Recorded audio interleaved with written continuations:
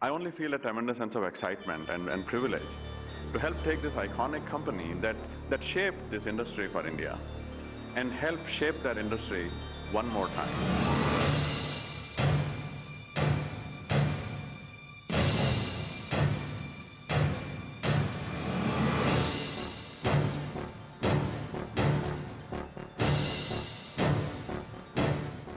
It was difficult to deal with was the sort of the continuous, allegations and continuous noise around the same thing. Is an untenable situation, and I don't want to do this anymore.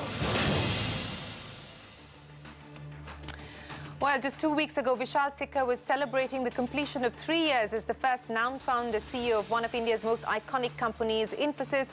Today, he stepped down as the managing director and CEO after a public battle that has played out over the past several months. Sikka has virtually said, enough is enough. Good evening. Welcome to this special broadcast here on CNBC TV 18. I'm Shireen Bhan. In fact, in an unusual and very personalized attack, the Infosys board has issued a scathing 6-page letter putting the blame for Sikka's exit on Infosys founder N.R. Narayana Murthy. The letter to the stock exchange says, and I quote, Mr. Murthy's continuous assault, including this latest letter, is the primary reason that the CEO, Dr. Vishal Sikka, has resigned despite strong support from the board. End of quote. It's not clear what letter the board is referring to, but in an email to advisors on the 9th of August, Mr. Murthy wrote, and I quote, Dr. Sikka is not CEO material, but CTO material. This is the view of at least 3 members of the board, and not my view, since I have not seen him operate from the vantage point of an Infosys board member. End of quote. Mr. Murthy has responded to the statements from the Infosys board today. He says, and I quote, I'm extremely anguished by the allegations, the tone and the tenor of the statements. I voluntarily left the board in 2014, and I am not seeking any money, position for children or power. My concern primarily was the deteriorating standard of corporate governance, which I have repeatedly brought to the notice of the Infosys board. It is below my dignity to respond to such baseless insinuations.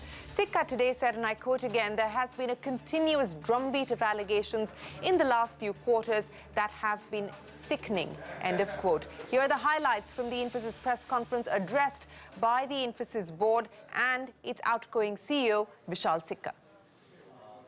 I got to the point was that it was difficult to deal with was the sort of the continuous,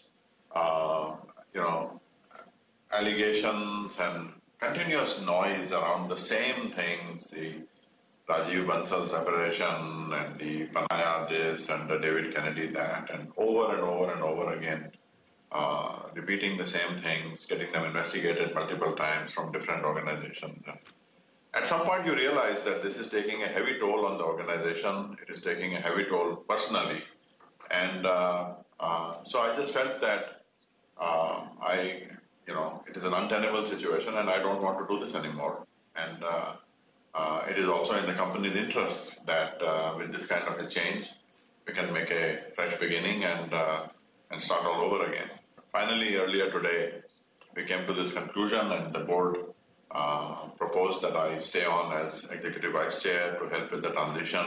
So I have no plans, I have not thought about what I'm going to do next.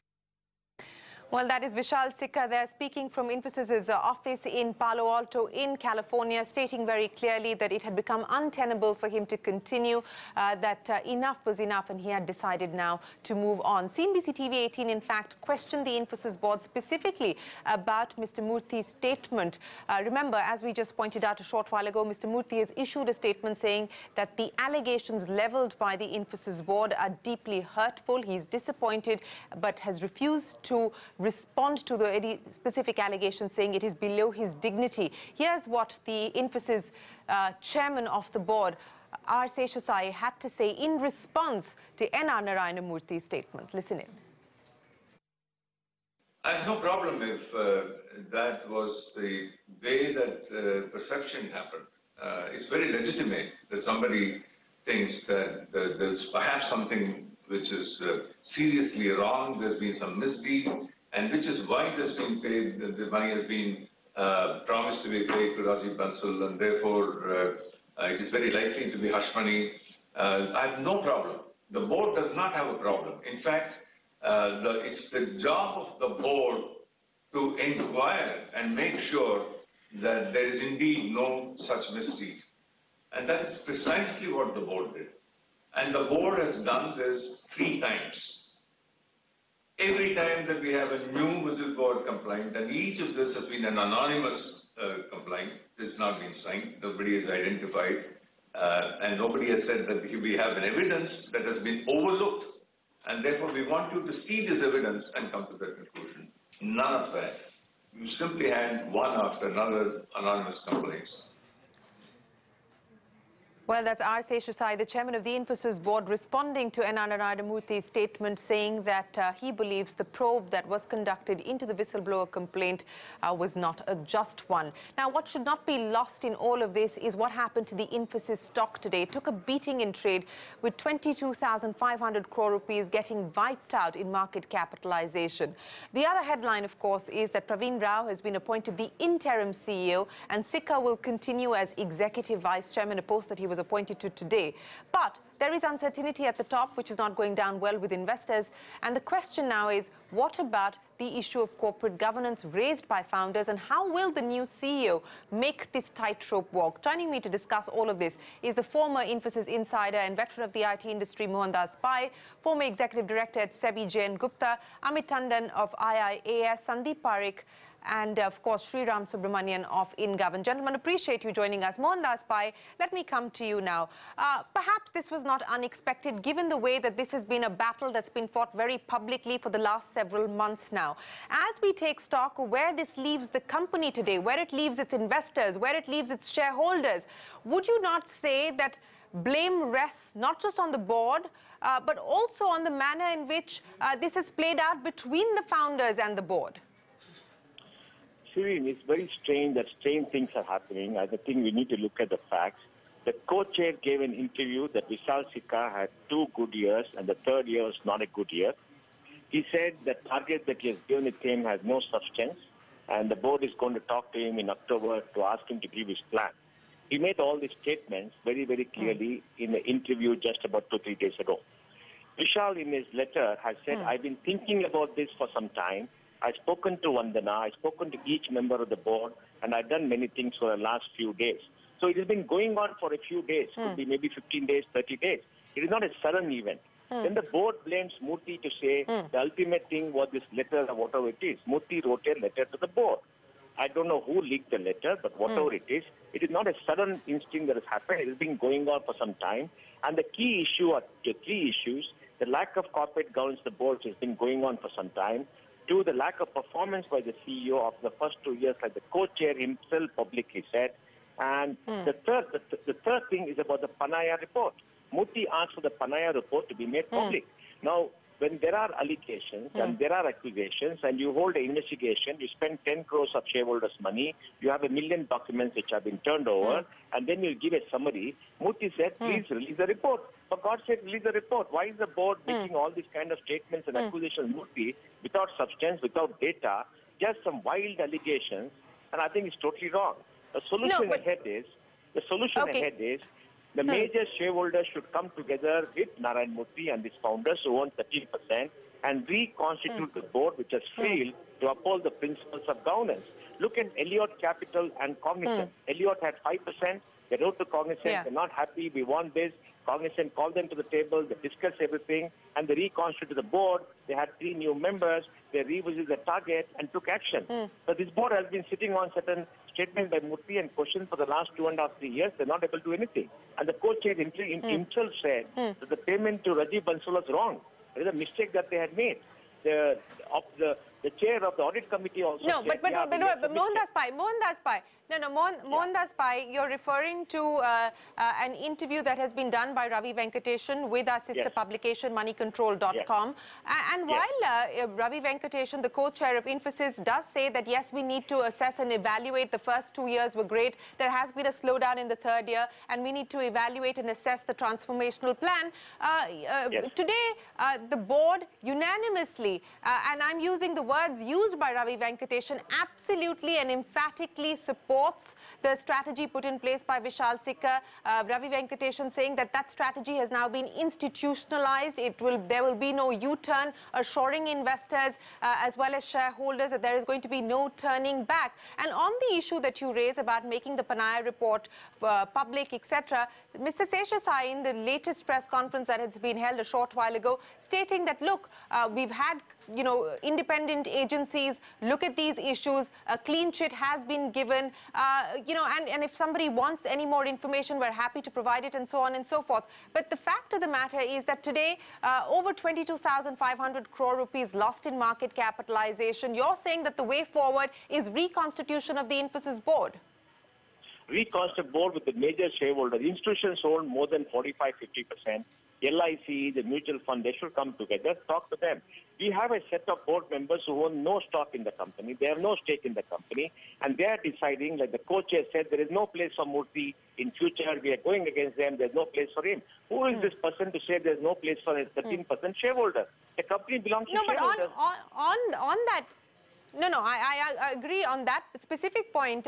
I did reach out to Mr. Murthy, and in response to my question to him on Friday, Mr. Murthy said, no, I have no intention of making a return to Infosys. Absolutely. My only objective has been to improve the corporate governance and board governance at Infosys.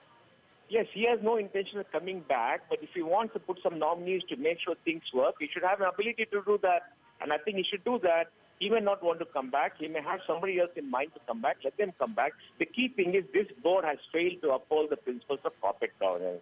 It's been going on for 2 or 3 years. They have not responded properly. They have not been transparent. They've been contradicting themselves. The co-chair is on record saying the performance is not good. And now suddenly it turns out now Vishal has resigned to say that the performance is great, the strategy is great. I mean, where is the sanctity for any statement of people like that? And that to Vishal says, I've been thinking about it for a few days. I've gone and spoken to many shareholders, many of the directors. It doesn't happen overnight in one single day. It's been going on for some time. So there is a deep move. No, it doesn't happen. It doesn't happen in one single day. But maybe this has been the final straw, so to speak. But let me bring in other guests, and I'll get you to respond, Mohandas Pai. Amit Tandon, you're listening to what Mohandas Pai has to say. And now let's talk about the road forward, because through the course of the day, what we've heard from the Infosys chairman and what we've heard from the Infosys co-chairman are two things. Acknowledging the fact that there has been a complete breakdown of relationships between the founders as well as the current Infosys board. B, acknowledging the fact that this is going to be an issue even for Vishal Sikka's successor. It's going to be extremely challenging for them to find a successor, and B, to ensure that the suitable air cover is provided. And number three, he talks about the need to find a permanent solution within the ambit of law and the current framework. Now, what are we really talking about here? Look, I'd kind of address this in 3 different ways. The first is that I agree up to an extent with what Mohan is saying, that Infosys is no longer the bellwether stock for corporate governance in India. This is not to say that Infosys has slipped very dramatically, but a lot of other companies, Indian companies, have caught up with Infosys' disclosure standards. Having said so, I don't believe there is a significant change in the DNA of the company between the earlier management and now. So we are still reasonably comfortable with regard to what's going on. The second is that, look, all these last 2.5 years have been spent fighting battles within, rather than look at what has changed in the environment and addressing the issues which are out there, which is digital, cloud, artificial intelligence. And we find that every few weeks or months, the company kind of gets pulled back to look at structures and disclosures and so on and so forth. They kind of seem to be taking up far too much time for the company. Now, again, I think at this moment, it's really not, one can point fingers and say who's responsible, who's not, but I think it's time to move on. And in this context, we've kind of suggested that you need someone of stature. No, but that's the question that I'm asking, Amit. How do you... How do you move on in this situation when there is a breakdown, there is this trust deficit, and as has been acknowledged by all parties, the trust deficit has only worsened, not gotten any better. How do you move on? Absolutely. So therefore, what the company needs to do is kind of begin with the changes to the board, and our view is that, someone of the stature and of like Nandan Nilekani needs to be brought in. He should become the chairman of the company. He brings a lot to the table. I mean, first and foremost is the fact that he's got skin in the game. The second is he's been instrumental in digitizing India, and therefore that's a large part of what the company wants to do. He's extremely well networked and will be able to pick up the phone on not just business leaders, but global leaders in India and overseas. And therefore, he needs to be brought in. So that's the IIS? Absolutely. Sorry, Nandan Nilekani, who's the second person? No, we said that we should begin with him coming as the chairman of the board, non-executive chairman, provide leadership and guidance, and let the company start rebuilding itself from the top at this stage. Okay. Mohandas Pai, let me get you to comment on the point that is being made there by Amit Tandon, and you were talking about reconstituting the board, and Amit there saying that someone of the stature of Nandan Nilekani should return as non-executive chairman to try and steer the ship forward, to try and rebuild the culture of the company. But, Nandan moved on long ago, Mohan. Do you believe that Nandan is at all going to be interested in taking up this job? Well, I think I agree with him. Nandan should come back because the only person there with the stature to stabilize the ship. Murthy is not going to come back. But Nandan has got the gravitas, the stature, the knowledge of the business and everything, and people respect him within and outside. But does he have the desire and the willingness? Does he have the desire and the willingness? He left even before Mr. Murthy left. Yes, Nandan must understand one important thing. This is his legacy. He would not want to see his legacy. This is a large part of his net worth and what he has created over the last 30 years. So he has an obligation to all the shareholders, all the investors who believed in him, who trusted him. And I think the experiment of handing this company over to a group of people has not worked. It has not worked well because it's been very sudden and there has not been thought given to the transition. The transition has been handled very badly. And the group of people who came and joined the board were inadequate to the task. It's very clear the inadequate task. They could not manage a superstar CEO who had very strong views. So I think with all this, we must be clear that there needs to be a change. And go on. I'll just come back to you, but I want to pick up on the point that you made, Mohan, and let me get Jane Gupta and Sandeep Parekh to comment on that. The point that Mohandas Pai here is making, that somebody of the stature of Nandan Nilekani needs to be brought back because you moved from a founder-driven and a founder-led board to a completely non-executive board, so to speak, without any founders, and hence the company floundered in that transition period. But, the problem is that was of the making and the choice of the Infosys founders themselves. So perhaps, if someone is to blame for the way in how the succession plan has gone very wrong, the blame should actually rest with the Infosys founders. Sandeep Parekh, your comments?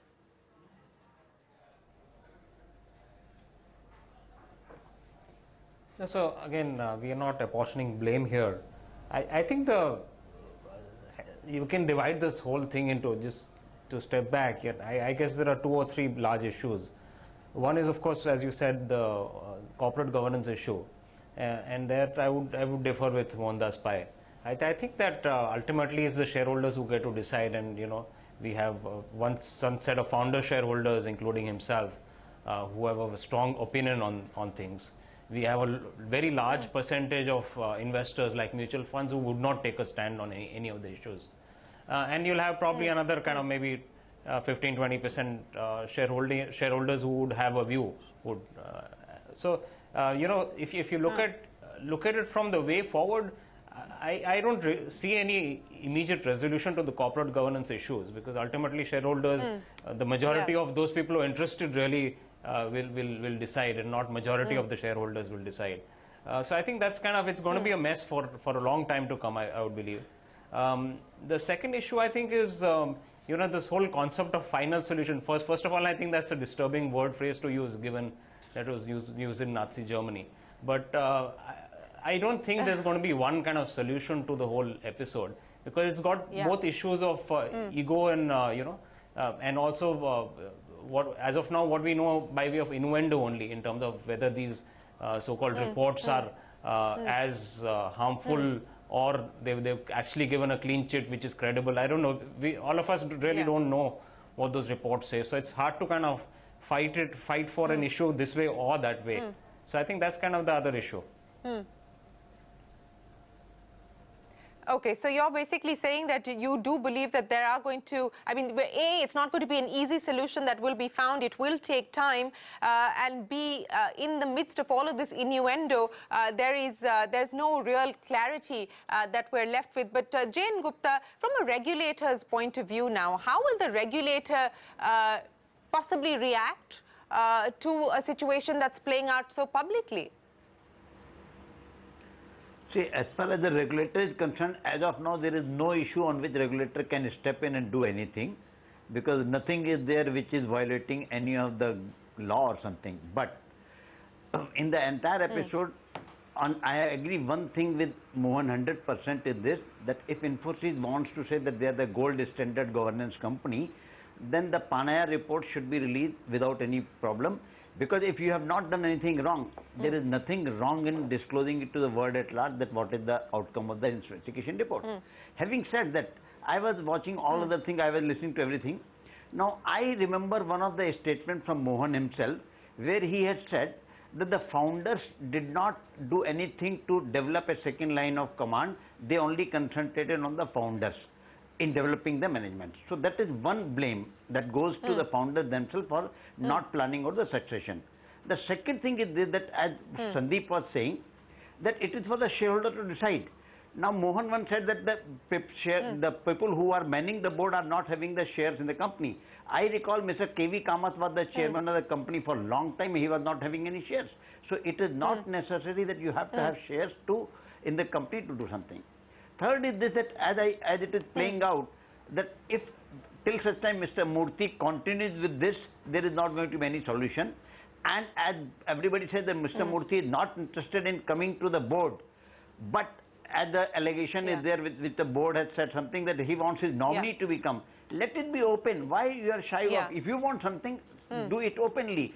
And the major question that comes, that what role founders have to play in the company if they are in such a minority shareholder. As I understand, the founders put together are not owning more than 20%. So why you are not taking care of 80% of the shareholders? So whatever the shareholder decide, if Mr. Murthy wants to come back to the board or somebody wants to come back to the board, let him file his nomination and come back to the board. End of the situation. You know, Sriram Subramaniam, let me take that point forward because today, you know, on the conference call, one of the questions that that the board of Infosys had to respond to was from an investor who said, look, you know, you're saying that you will take on board the concerns that the founders have, who also happen to be minority shareholders. But what about other shareholders? What about investors? What about the process of taking feedback on board from investors and other shareholders? You know, since we're talking now about the way forward, and Cyril Amarchand Mangaldas was brought on board to do some of this. We don't know where things stand now on that process and the framework that they were supposed to put in place. But, you know, let's talk about now the way forward of how you move from here. What would you suggest? It's unfortunate, really, that today, especially after the Infosys press release, it has sort of become a lose-lose situation where it has moved to a point of brinkmanship, and it is seen as if the board and Mr. Murthy are on either side of the table and fighting each other. So it's very unfortunate. So to that extent, I think the board will have to undergo a change. There is no other solution because it has pushed to brinkmanship now. And two is Mr. Murthy's demands have yet not been satisfied. So in that sense, Mr. Murthy will continue to have this one. I mean, his questions remain unanswered. So to that extent, he will continue to fester this. And so the founders, either they have to let go completely, they have to say that these are our nominees to the board, and we will go by what our nominees do or say, and henceforth, or they have to come and run the company, which is what some panelists are suggesting, which is Mr. Nandan coming back, or so either of these is the solution. Otherwise, the founders at one eventually in 2014, I thought when the founders let go, I thought eventually they will sell off their shareholding. That has not panned out. Someday that will happen, because at the end of the day, they are when they are not in control, when they are minority shareholders, they will eventually look to sell out, I hope. And that will make Infosys a truly widely held company with a truly professional board and a truly professional CEO. But unfortunately, this experiment did not work out when there was misalignment of values and views between the founders and the board and the managing director who stepped down today. Yes, misalignment on many levels. That's absolutely an accurate way to describe what has happened. In fact, just 2 months ago, in a statement to the US Securities and Exchange Commission, Infosys had stopped short of calling the founders activist shareholders. The statement said, and I quote, "Responding to actions by activist shareholders can divert the attention of our board of directors, management, and our employees and disrupt our operations. Such activities could interfere with our ability to execute our strategic plan." End of quote. So this is what Infosys had said to the US SEC. And today we heard several times over the board of Infosys as well as Vishal Sikka talking about these daily distractions, as it were. But Mohandas Pai, let me come back to you. One, of course, is your suggestion that the board be reconstituted and somebody like Nandan be brought back. If that were not to be the case, if Nandan continues or any of the other founders continue to say, look, we want a hands-off approach while we still want to ensure that there is the highest standards of corporate governance that the board exercises. What about the successor now? And it was acknowledged today that obviously any person with stature looking at the possibility of coming into Vishal Sikka's shoes is going to worry about what has just transpired. So where does this leave the hunt for a good successor? See, Shiveen, the board cannot take the stand that we are not going to talk to shareholders, we don't care for the founders. Murthy is not going to come back. Murthy, we're not going to do this. You cannot talk like that. You're a board. You've got to talk to everybody and find a solution. The job of a board is to find a solution to manage the company, looking at all the needs of the shareholders in an open, transparent manner. You cannot set aside a few shareholders and do what you want. And that's why I said we don't have a stake. I mean, I understand that professional directors don't have a stake. There's a very, fundamental reason. But you cannot ignore people who got a stake. You've got to listen to them. What has Murthy asked? Murthy has asked about corporate governance standards, which is your fiduciary responsibility. You are not discharged that. You agreed you failed on the Rajiv Bansal issue. You have to pay the price for that. Then you agreed that you also failed on the Panaya issue.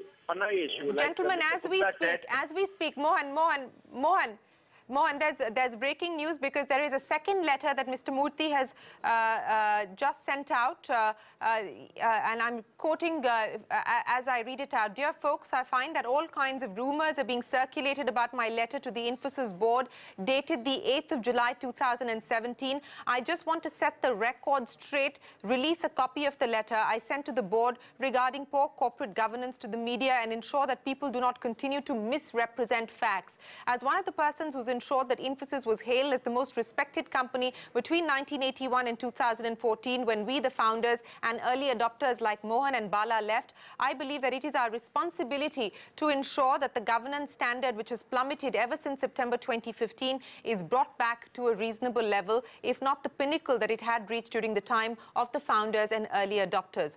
What do some well-meaning shareholders and I want from the Infosys board? Not money, not position for our children, and not power. We just do not want the board to drive this institution to death through serious governance deficits in our own lifetime. The best way to ensure longevity of any corporation is by pursuing good corporate governance. Businesses will go through ups and downs, and that is par for course, but bad governance is not. We just want the board to protect the institution rather than protect some individuals like the board is doing today. This is how we enhanced the market capitalization of Infosys by a CAGR of 54% between 1993 when Infosys got listed, etc., etc. I have not commented on Dr. Vishal Sikka's work as is made out by the media. I have not commented about his strategy or its execution since I have not seen him operate from the vantage point of an Infosys board member. I simply do not believe in commenting on anybody without data and fact. My problem is with governance at Infosys. I believe that the fault lies with the current board. If the board had not made inaction its strategy since September 2015 and had ensured proper governance, then the board could have created checks and balances required in any well-run company. That, alas, does not exist today. Somehow, public has been made to think by some vested interests that this is a fight between Vishal and us, the founders and early adopters. That is simply not true. Every question I have asked in my letter of July 8th, 2017 is based on the whistleblower complaints available in public. My objective is to ensure that the reputation of the CEO, the former chief of legal, the chair of the board, the chair of the audit committee, the chair of the remunerations committee and the entire board are cleared once and for all. Let me mention one important issue about the process that was followed. The whistleblower accuses the chair of the board, the chair of the audit committee, the chair of the remunerations committee, the entire current independent members of the board, except Punita Kumar Sinha, D.N. Prahlad and D. Sundaram, the CEO, the chief of legal, Cyril Amal Mangaldas, Latham and Watkins, and the auditors of KPMG of being involved in some manner in this deplorable set of events. I'd suggested on the 9th of February 12th, 2017 to Mr. Seshasai when he was distraught about the whistleblower complaint. He called me at around 11:45 p.m. and told me the whistleblower had accused him, the entire board and the CEO that proper governance required the company to keep the investigations away from all accused parties, to invite a set of highly respected outsiders, some of whom could be former independent members of the board, including Professor Murthy Subramaniam and Omkar Goswami, to hire a highly respected international law firm, etc., etc. And then it goes on to talk about the investigations that follow, whether the board owes the shareholders full details of the accusations made by the whistleblower, which involve the entire board and senior management. Board members are representatives. It is sad that Mr. Ravi Venkateshan wrote me declining release of the information and that the board has closed the issue. This is an ultimate insult to shareholder democracy. I have never imagined that governance levels would stoop down to such a level in a company that was most respected. I have respect for KPMG, LW and CAM. Rumors are circulating that the board's refusal to clear the air is not fair to these excellent firms. The company has a responsibility to clear the names of these firms by putting all non-confidential parts of the report on the website. Then there is the issue of the chair of the board telling shareholders at the Infosys AGM in 2016 that Mr. Bansal had some special secret competitive data, and that is why the company wrote an agreement to pay him 23 crores.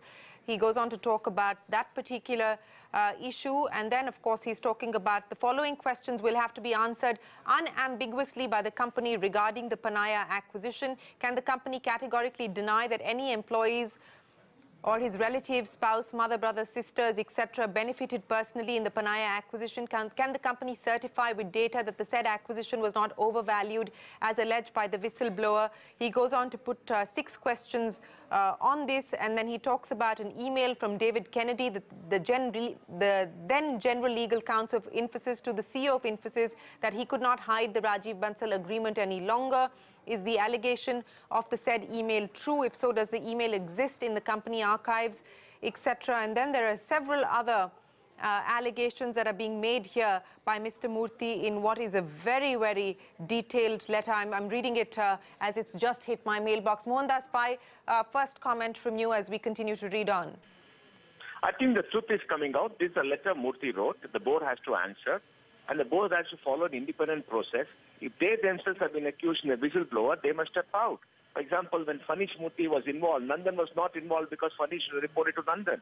In that other visa matter, the operating management team was kept out and the non-operating team took over and formed a committee to do it because it's the interest of justice and transparency. Now, like Jane Gupta said, release the Panaya report. What is wrong in releasing the Panaya report when you spend shareholders' money, 1 million documents, and you claim that everything is honky-dory, everything is okay? Release the report. If you release the report, all these questions get answered. Why are you hiding the report? And why are you claiming that you're epitome of transparency, you have done so much, the others have not done it, blah, blah, blah? The whistleblower is damaging. We think it's unreal, it's not true. Release the report. I mean, how can you claim transparency, not release the report which exonerates yourself? I mean, these are the dichotomies that exist. Okay. There's confusion in the minds of all these directors. They must release the report. Murthy is right. This is a question. He's just speaking about Vishal Sikka. He's not spoken about business strategies. He's not spoken anything about that. He's been, and if the board keeps on stonewalling and not doing that, what is the board's responsibility then? Sandeep Parekh, let me come to you and then I'll go to Mr. J.N. Gupta. On the basis of the questions that Mr. Murthy has raised here, where he clearly seems to suggest that he has information to suggest that there has been impropriety on several levels with when it comes to the Panaya acquisition, when it comes to the former CFO Rajiv Bansal's severance package. He seems to suggest that David Kennedy, the former chief legal counsel, was also given a more handsome severance package because he was withholding information, etc., at the behest perhaps of the board or the CEO. This is all what Mr. Murthy is claiming in this letter that he's just sent out. Sandeep Parekh, in light of this set of questions raised now by Mr. Murthy, what do you believe will the regulator now need to do?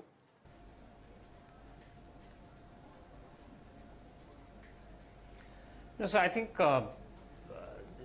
essentially it has nothing to do with performance, right?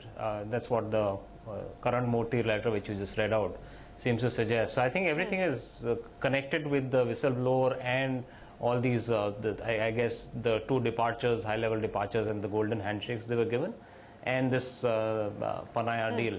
So my guess would be, right now it's all by innuendo. I think Mr. Murthy himself has not seen any of these reports. My guess would be that at some point, the regulator may need to step in and try to figure if there has indeed been some kind of inappropriate behavior, and if so, whether appropriate disclosures were made at the relevant time. Additionally, obviously, the whole entire whistleblowing episode itself will gain significance because people will need to figure whether there has been some misdeed or all these three kind of very leading firms, Latham Watkins, Cyril Amarchand, these are all leading firms. So are we trying to say that they've given a clean sheet because they were hired by the board of the company? I mean, that's a pretty serious allegation to make. So I would make that kind of allegation quite with some substance behind it. No, you're absolutely right. And in fact, as you say, Mr. Murthy does say in his letter, I have respect for KPMG, GDC, LW and CAM. Rumors are circulating that the board's refusal to clear the air is not fair to these excellent firms. The company has a responsibility to clear the names of these firms by putting all non-confidential parts of the report on the website and by putting on the website answers to every one of my questions with supporting data, including emails. It should be done immediately to maintain the excellent reputation of these legal and audit firms. J.N. Gupta, now this poses a problem even for some of these firms mentioned here. See, I would say that what Mr. Murthy is saying is correct as far as transparency is concerned, because transparency will answer millions of questions that millions of people will be raising. But then, as Sandeep said, that it is very difficult to believe that all these reputed firms would have given a report which is to suit Infosys. I don't agree. The other issue is very clearly that what regulators will do at present when you ask the question, as long as it is related to the payment of golden handshake that has been made to employees, regulator has no role unless there is anything which to say that there was something criminal or something against to silence that the money has been paid off. If that type of allegation comes and there is a complaint, regulator will certainly come in between. Regulator has nothing to do with what is the quantum of money paid. And there we have very clearly mentioned that Mr. Murthy is saying that there is something wrong in the payoff, and the payoff is for some sort of a secrecy or keeping mouth shut.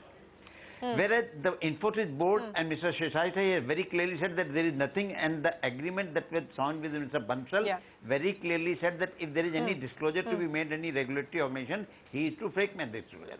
So now, sitting in television studio, we will not know who is telling right. So the ideal thing is you're absolutely right. Either side should lodge a formal complaint with the regulator and let us see what happens. Because fighting between two letters between them, then nothing will happen.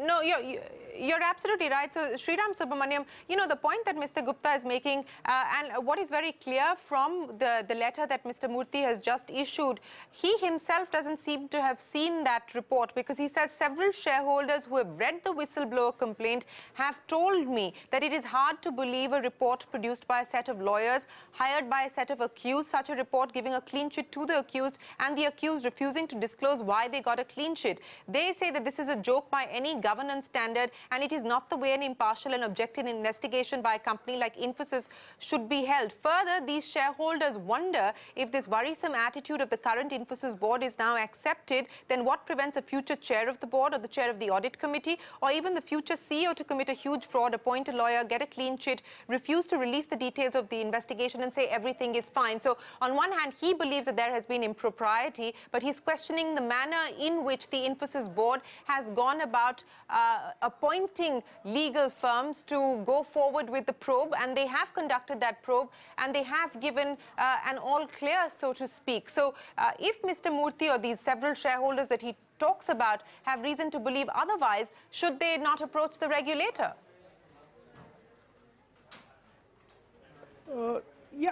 See, both ways, as some panelists have said, it would be tough to believe that the details of the reports are completely at difference with what the summarization of the report that the company put out. So to that extent, I would presume that however pages the detailed reports are, they would not implicate anybody, or they do not reveal any new information. But that said, so that's where Infosys as a company had a chance to redeem itself by putting the entire report out, which they did not last week. That is, when the founders are asked, or when rather than give a summarization, they could have put the entire report out, though it was not a regulatory requirement. And so now going forward, it's obvious that this is not going to be an easy situation. Whether the whistleblower himself could have also gone for the SEC bounty program if they had evidence. So to that extent, it is not clear that anybody has concrete evidence on the innuendos, etc., that are being made. So from that perspective, today we are at a stage where we can neither completely believe the board nor completely believe the founders and the allegations that the whistleblower had made. Yeah, Mohandas Pai, you know, before we let me get your comments on, you know, where we find ourselves. As Mr. Suresh Senapati, the former CFO of Wipro, in his conversation with me a short while ago, said that he doesn't believe that this is actually going to solve the problem. He believes that we're now in a period of even extended uncertainty and even more trouble, because there is going to be, again, as we're already seeing in the past few hours, this back and forth, more washing of dirty laundry in public. So, you know, is it going to get much worse before it starts to get better, Mohan? I don't know whether it can get much worse than this, because the board has been disgraced, in my opinion. They have not been transparent. There's been a series of events where I also pointed out a series of events where they're not been transparent, because the co-chair made a statement that, you know, we released a summary, we have been so transparent. I don't believe the company has been so transparent earlier. I don't believe any company has been so transparent. Please read the interview. I sent him a long mail pointing out so many non-transparency for the last 2.5 years, for which they've been wrong. I sent him a mail. I don't want to release the mail to the public, but I think, you know, I sent him a mail and pointed out. Now I think he comes and they should come and issue a letter blaming Murthy for everything, as if Murthy is to blame. You cannot blame a person who has raised issues to which you are not given satisfied replies. And the person is entitled to get those replies as a shareholder. You will to the shareholders. You're not being transparent. Why didn't you release the Panaya report? If everything is so honky-dory, you're all been clear, release the report. Like everybody is saying on this panel, please release the report so that you're prove transparent. That's exactly what Murthy is asking. And you're not releasing the report. Then you go and say, we are so transparent, we are so this. I mean, you know, there is no credibility for this board. That's where the board has to go. Okay, Mr. Ranina, several suggestions being made here by several of our panelists. Mohandas Pai, of course, saying that the board needs to be reconstituted. Several others suggesting that someone of the stature and a former founder, Nandan Nilikani, needs to be brought back. Mr. Murthy making or raising fresh questions to the board of Infosys surrounding allegations of impropriety when it comes to the Panaya acquisition, as well as severance packages given out. Let's talk about the way forward and what role, if any at all, you see of the regulator acting suo moto, if you think that that is going to be the case, sir. My own view is that there are two sides to the story. We don't know what is the correct position. So one of the ways by which this could be resolved is that the board could appoint an independent committee headed by a retired judge of the Supreme Court, and a report could be placed before that committee. That committee can then give its findings and then make it public. So my own view is that before going to the regulator, it's much better if they internally try to sort out the problem by allowing an independent authority like an independent committee headed by a Supreme Court judge to go into the allegations, come up with their findings, and then if necessary the question of going to SEBI or any other regulator would arise. But just now I think they should do their own independent, allow an independent body to look into the allegations and come up with a report and inform the shareholders, stakeholders of what exactly has happened. But Mr. Ranina, according to the Infosys board, there have been 3 such committees that have been set up to look at some of these allegations in the whistleblower complaint. Those probes have been conducted, the investigation completed, and those reports have given the all clear, so to speak, which Mr. Murthy says some shareholders believe is not the right representation of what has transpired. So, the board saying that, look, we've done our job. We've looked at these complaints. You can't expect us to look at, every day, look at a fresh complaint, but we've set up 3 committees. We've got the job done. But then the whistleblower has come up with certain allegations. So let those be looked at by this independent committee, because if there's a retired Supreme Court judge, it will carry a lot of weight that an independent assessment has been made as to whether the whistleblower had any substance in his allegations. And once this committee comes up with a report, I think both sides will accept it, because that would be an independent finding done in an objective manner, and nobody can question such a finding. Okay, so let me, this is not the last that we've heard from either side. I would imagine that we are now going to see a response to Mr. Murthy's latest statement, which is essentially a reproduction of his letter that was sent earlier, and he's saying that what appeared in the media earlier today was not an accurate representation. So he's basically reproduced the letter that was sent to the Infosys board and to advisors. So let me get wrap-up comments from each of our panelists now on the way forward. And Jane Gupta, let me start by asking you, as I said, this battle is not over by a long shot. We are possibly going to see another response coming in from the Infosys board. But as we piece all of this together, your parting comments. See, I was listening to Mr. Ranina, but even if you appoint a judge and the report is not made public or is not made transparent, the same question will remain. And even without appointing the judge, if you release the Panaya report which is there, the questions will go. So today the situation is this: if the Infosys board really wants, they can release the report and put the matter to rest. After this, whatever allegation Mr. Murthy is making will have no force. So the only thing is that transparency is a victim. So if the transparency is brought back, probably many of the issues will go. And going forward, as you rightly say, there will be one missile from this side, one missile from other side. The missile will continue and the missile will hit the shareholders. As has happened today, Sandeep Parikh, while the missiles fly back and forth, your parting words on the way forward.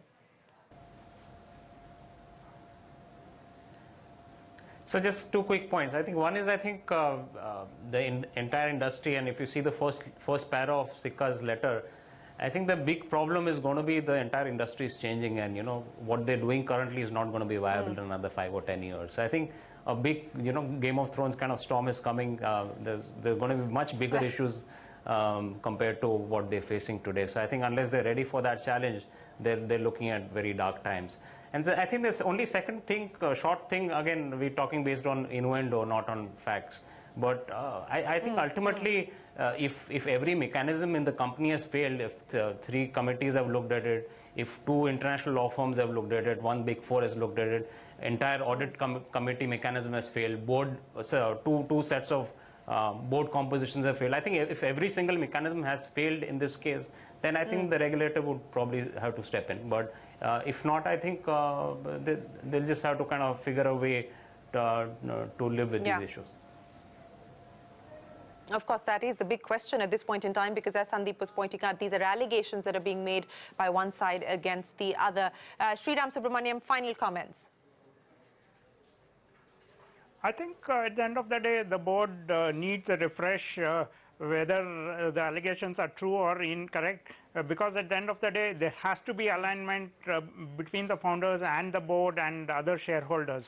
If that doesn't exist, then it is rightful that the board refreshes, and any new managing director and CEO should also be, I would think, at least one with who sees the culture of the company, who is in alignment with the views and the values of the founders and shareholders.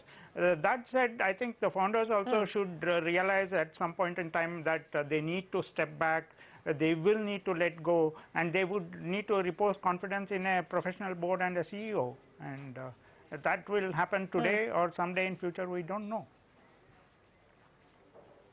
Mr. Ranina, final comments, sir.